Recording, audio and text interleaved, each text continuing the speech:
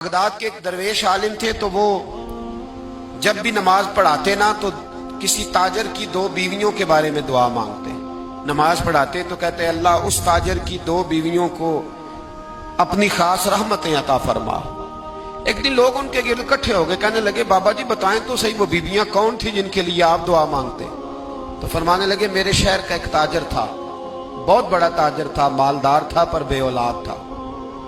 اسے بغداد سے ملک شام جانا پڑتا تھا تجارت کرنے، اور کئی مہینے اسے شام کے ملک میں رہنا پڑتا تھا. اس نے اس طرح کیا کہ وہاں بھی ایک شادی کر لی. اب وہ وہاں کچھ زیادہ وقت گزارنے لگا، مالدار آدمی تھا، بیوی کو مکان بھی لے کے دے دیا. اب وہ دیر سے آتا واپس، اور جب آتا بھی تو اس کے وہ والے انداز نہ ہوتے جو پہلے ہوا کرتے تھے. اب بیوی سے بڑا جاسوس بھی کوئی نہیں ہوتا، اس کو تو پہلے پتہ چل جاتا ہے کہ ماجرا کیا ہے، اسے بڑی خبر ہوتی ہے. وہ کہنے لگی اب کہ جب آتا جاتا ہے تو اس کے حالات کچھ بدلے سے ہیں، ماحول کچھ اور ہے. اس نے ایک بوڑھا آدمی جو اس کا عزیز بھی تھا اور سمجھدار بھی تھا اس کو تیار کیا. کہنے لگی اب کہ جب ملک کے شام جائے نا تو اس کا پیچھا کرنا اور خبر کرنا کہ کہاں رہتا ہے، کہاں جاتا ہے، کیا کرتا ہے.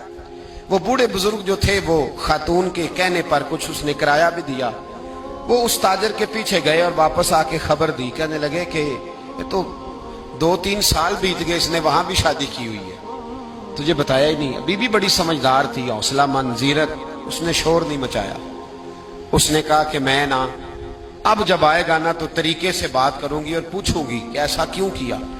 اور یہ بھی اس نے آ کے بتایا کہ اگر تیرے ساتھ نکاح کے بعد اسے اولاد نہیں ملی تو اولاد وہاں بھی کوئی نہیں.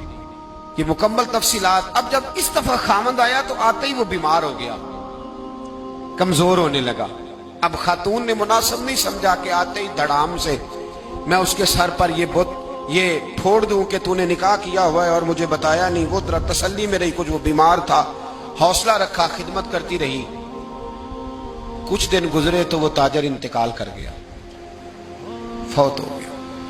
اب راز کھل نہ سکا، عدت گزاری، اور جب سارا مال جمع کیا نا تو اشرفیوں کی بوریاں بھر گئی. سارا مال اس بی بی کا، 4 بوریوں میں اشرفیاں، 4. یہاں تو پیٹ کا دوزخ ہے، معاذ اللہ، بھرتا ہی نہیں.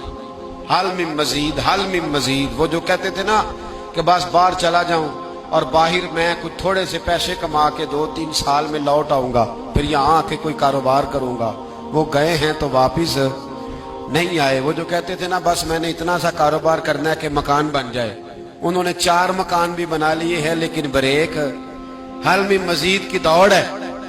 اب 4 بوریاں اس عورت نے چھپائے رکھی. کوئی بندہ نہیں جانتا بغداد میں کہ ملک کے شام میں تاجر کی دوسری بیوی بھی ہے. جب وہ فارغ ہوئی تو اس نے اس بوڑھے جاسوس کو پھر بلایا اور 2 بوریاں اونٹ پہ رکھی، خود بھی ساتھ بیٹھی اور ملک شام گئی. اللہ اکبر. وہ بزرگ کہتے ہیں میں ایسے ہی نہیں دعا کرتا. اس کو جا کے کہنے لگی میں اکیلی وارث نہیں ہوں، آدھے کی وارث تو بھی ہے. میں اکیلی وارث نہیں، یہ تقسیم وراثت ہے، آدھی کی وارث تو بھی ہے. تو رکھ اپنے پیسے، مجھے پتا ہے اس نے نکاح کیا تھا پر مجھے بتایا نہیں تھا، تو رکھ اپنے پیسے، میں تجھے دے رہی ہوں، آدھے تیرے ہیں آدھے میرے ہیں. اس نے نظر اٹھائی تو رو پڑی. کہنے لگی نہیں اب یہ سارے تیرے ہی ہیں.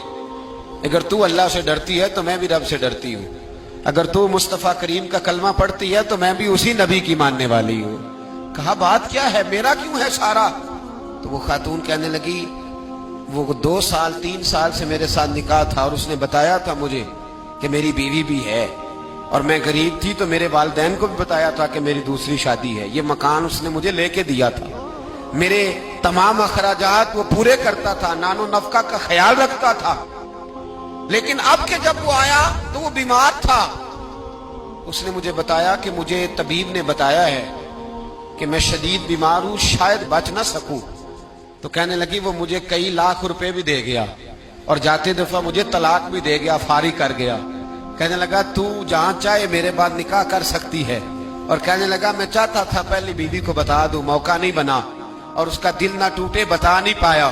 لہذا وہ مجھے ڈھیر سارے پیسے دے چکا ہے، سارا میرا حصہ مجھے پہلے سے دے چکا ہے. میری بہن اب یہ 4 بوریوں میں سے 2 میری نہیں بلکہ 4 کی 4 ہی تیری ہے، تو ہی اس کی حقدار ہے۔ تو بزرگ کہتے ہیں مجھے بتاؤ جن کے اندر اس قسم کے تقوی کی جھلک ہو ان کے لیے ہر نماز کے بعد دعا مانگنی چاہیے کہ نہیں مانگنی چاہیے؟